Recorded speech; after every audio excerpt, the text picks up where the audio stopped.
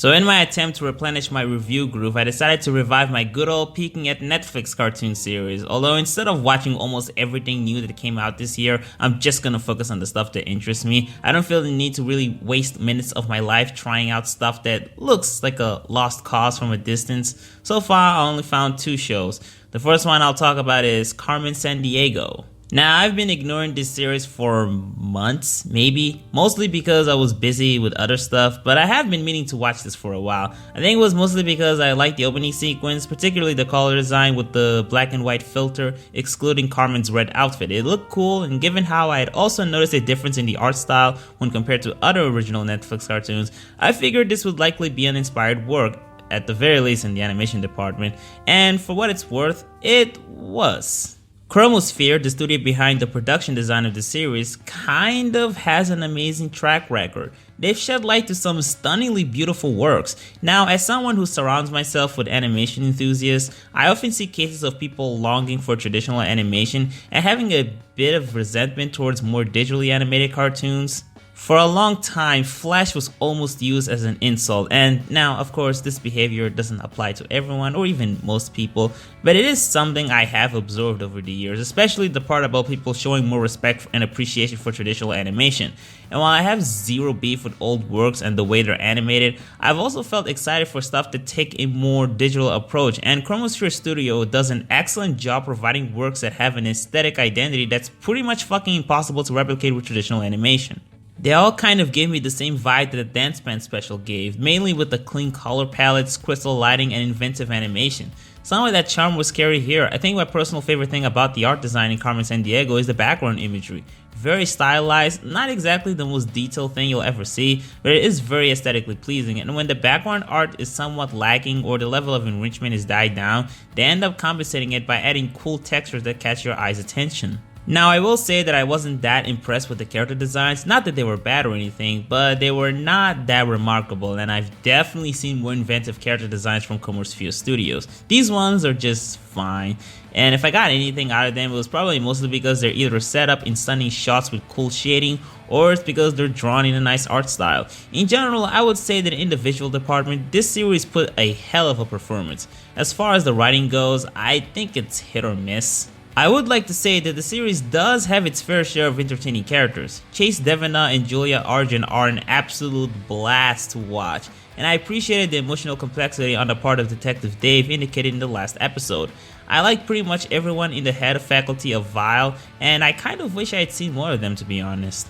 But aside from these guys, I don't think I really care for the rest of them. I mean, I guess discounting Carmen since the story revolves around her, everyone else just weren't that interesting. I was definitely not entertained by Carmen's teammates, didn't really care for the spies from Vile, who were not exactly all that pleasing to watch, except for Mindbomb. He's fun, but everyone else they're not. I guess I'm fine with the head of Acme for the most part, but yeah, as you can see, this series does not have a particularly great cast of characters. The story is also kind of a mixed bag. For most of the episodes, it was a matter of me getting bits of entertainment and intrigue every now and then.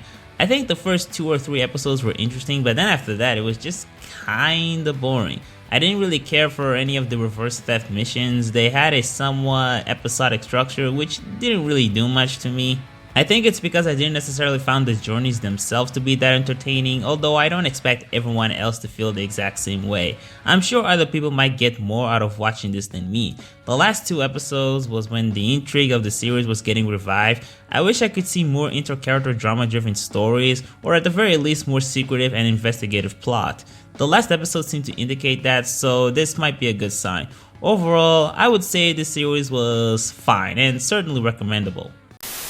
Next is something I'll have less things to say, which is 12 Forever. I remember watching the pilot for this a couple of years ago on Cartoon Network's YouTube channel, and this seemed to have garnered a lot of support, which baffled me because I always thought there were better shorts and pilots that CN released.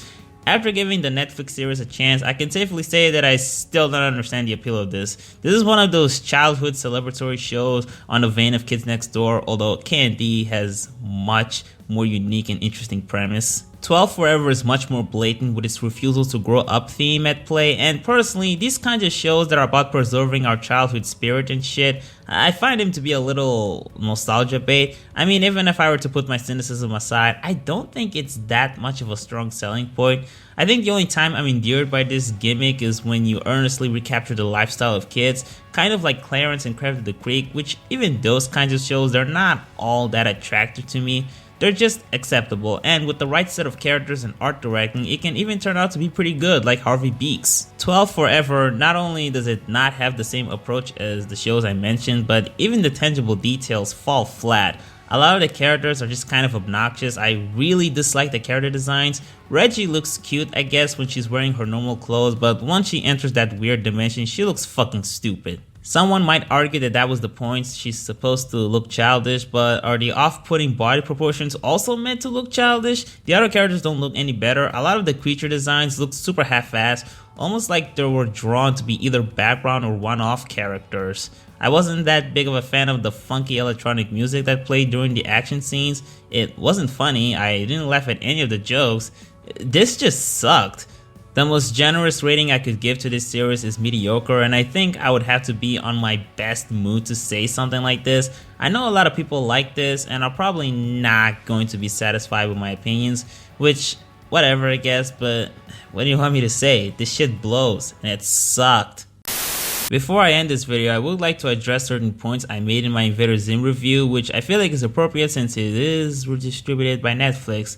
In that video, I said there were no instances of what I like to call the Zim pose, but that's actually not 100% true. They were just less exaggerated, which was probably why I didn't notice it in the first place. But if you look closely at certain frames, some characters do kind of make that pose. Granted, I think I still would have been more satisfied if they were drawn in the same style as the television series, but whatever, hopefully my point still stands. The other thing I want to address is a comment I received from someone attributing the shift in the style to the comic books. And after reading the first issue, I can definitely spot some similarities, especially in the color design of the 5th page. Although, something worth noting is that Gas's hairstyle in the comics seemed to be more faithful to the television series than the movie, which was a fascinating thing I observed. In conclusion, I might as well promote my Discord server for anyone who wants to join. Link will be in the description. I don't know, they're a drag to both read and write. Anyway, goodbye.